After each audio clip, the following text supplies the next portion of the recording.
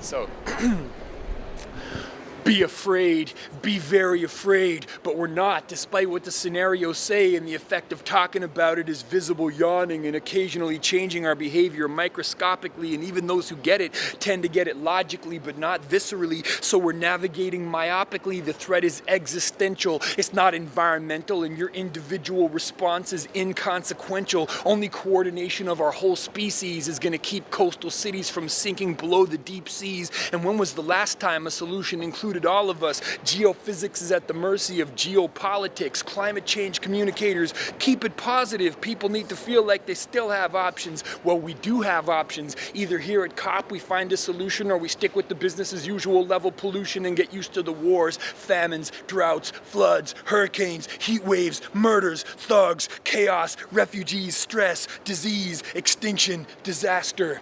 IPCC. Baba, Hi. what is the message that you're bringing to COP21 in Paris? It's individual empowerment for people, and also put the pressure on leaders, and the collective response is the only thing that's going to solve this. Individual responses on their own are not going to take us there. So this process is supremely important, and the outcome of these negotiations are going to really set the wheels in motion, either in the wrong direction or the right one. So everything we can do to advocate for strong action and more ambitious targets is the most important thing we can do. I'm here with the Coalition for Rainforest Nations.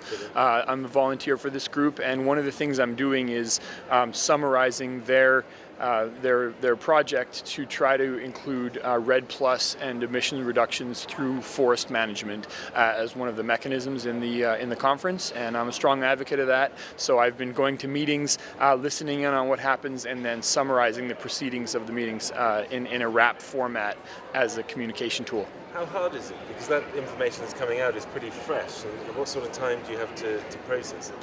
Real time. So I sit in on the meeting and I write the wrap as I listen to what people say, and then when they finish they say, all right, to conclude we'll have a wrap summary from Baba, and then I have to just do it. How do you process this data from your emotions into the poetry, or specifically the rap music? Well, I usually start with what's the message that I'm trying to get across, and I have the sort of facts or the scenario, and then I see how I respond to it. And climate change is a really sort of complex and challenging one, because the stakes are so high and the human cost of inaction is so great. Yeah. And yet, because of how it's distributed over time and over space, it's very hard for us to have an actual emotional response to it. Yes. And I think evolution is the reason for that. We have evolved to prioritize immediate threats, and it doesn't seem like an immediate threat, but it's an imminent threat, and that's just hard for us to process. So it's sort of like our rational mind is trying to wake up our emotional mind, like, hey, get panicked about this, and the emotional mind's going like, what? I don't see any problem here. Yeah. So part of the communication challenge with climate change is making people feel the visceral sort of grief and terror. I think is actually an appropriate response to some of the scenarios when they wouldn't naturally do so, and I try to channel that in the rap and embody it. Okay. And you've said that you've been aware of these issues for a long time, for years, but the momentum towards doing anything about it, especially in the public sphere, hasn't always been there. But today, I would say that's changing. I mean, how do you feel about it? Does it excite you? Yeah, it's always felt like such a niche thing, like a few people care about it and most people don't care. I mean, maybe this is an illusion of visibility because we're at COP. They're like, wow, suddenly everyone cares about climate change. Yeah, well, they came to COP, so it's hard to say what.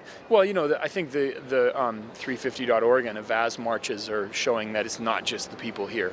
Yeah. There is definitely a public groundswell happening, and I think that's really exciting and long time coming. Yeah. And I've also been reading that the polling data is shifting as well, and for the first time, more than 50% of Americans think climate change is a problem, which is good news for the rest of us. Incredible.